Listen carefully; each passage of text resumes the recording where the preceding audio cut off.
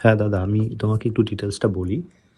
আহ, আগের গভর্নমেন্ট থাকাকালীন যারা আমাকে বাধা দিয়েছে পার্শ্ববর্তী কিছু পাওয়ারফুল প্রজেক্টস, তারা প্রথম থেকেই তৃণমূলের সাপোর্ট পেয়ে, মানে পুরোটাই সিন্ডিকেট ওয়ে, লাইক একদম স্টার্টিং ফ্রম অভিষেক ব্যানার্জি, শওকত মোল্লা থেকে এদের কাছে। তো এরা ওখানে প্রথম থেকেই মানুষের উপর, শতাধিক মানুষের উপর অত্যাচার করেছে। মানে আমার প্রজেক্টটা তো আমার আমার ল্যান্ডটা তো আটকিয়েছে, ওখানে এমন আরও অনেক লোক আছে। মানে ওরা 300 বিঘার উপরে, 300 বিঘার উপরে ওরা মানে ব্লক করে দিয়েছে। অনেক গরিব মানুষ আছে যাদের ল্যান্ড ভেতরে আছে, তাদেরকে একটা পয়সাও দেয়নি।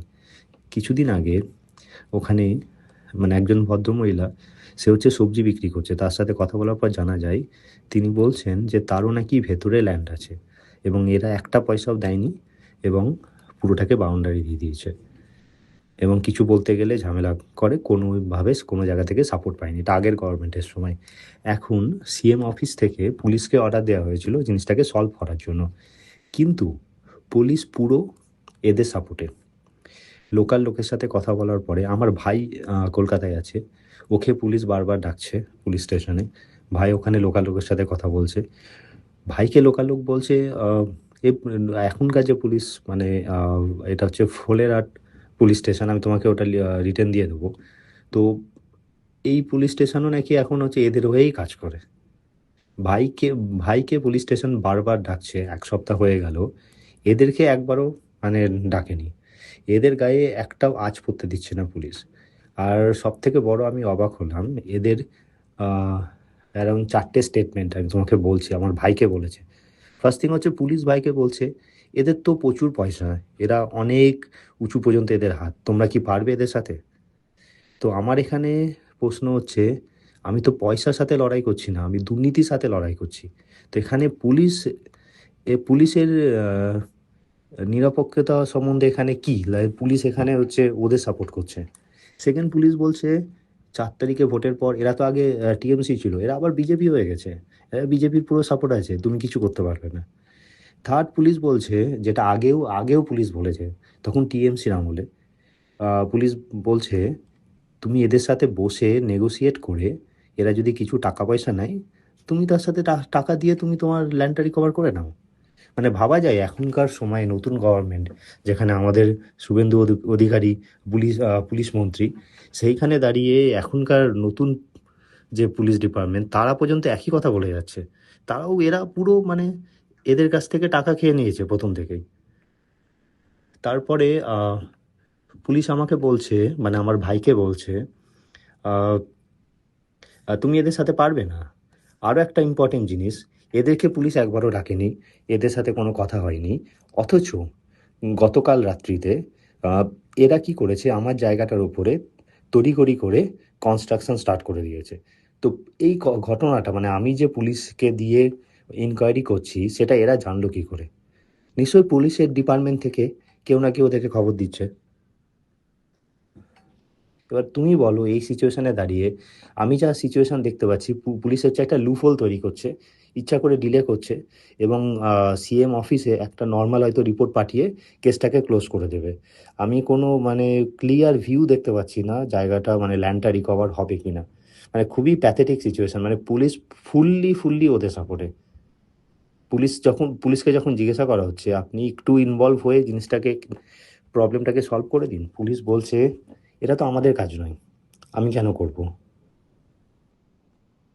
এবার এই জায়গায় দাঁড়িয়ে, এই সিচুয়েশনে দাঁড়িয়ে তুমি প্লিজ একটু হেল্প করো। মানে আমি তোমাকে ডিটেলস পাঠাচ্ছি, ডকুমেন্টগুলো পাঠাচ্ছি, সিএম অফিস থেকে যে রিকোয়েস্টটা পাঠিয়েছিল বিডিও অ্যান্ড লোকাল ওসিকে, আমি সেই ফাইলটা পাঠাচ্ছি। এবং কোন থানা, তাদের পুলিশের নাম, আমি ডিটেলসগুলো পাঠাচ্ছি। মানে আমি সিরিয়াসলি আমি ভাবতেই পারিনি যে আহ, পুলিশ এরকমভাবে জিনিসটাকে মিস হ্যান্ডেল করবে। যারা অন্যায় করেছে, লোকের এত ক্ষতি করলো, পুলিশ তাদের হয়ে কথা বলছে। এবং আমি মনে করি এদের, এই এই যারা অন্যায় করেছে, যারা ব্লক করে রাখছে, মানুষের এত ক্ষতি করেছে, তাদের উপর একটা ইন্ডিপেন্ডেন্ট এনকোয়ারি হওয়া উচিত। তারা প্রচুর মানুষের ক্ষতি করেছে, অথচ তারা নাকি পয়সার জোরে বেরিয়ে যাচ্ছে, এবং পুলিশ নিজে মুখে এই কথা বলছে।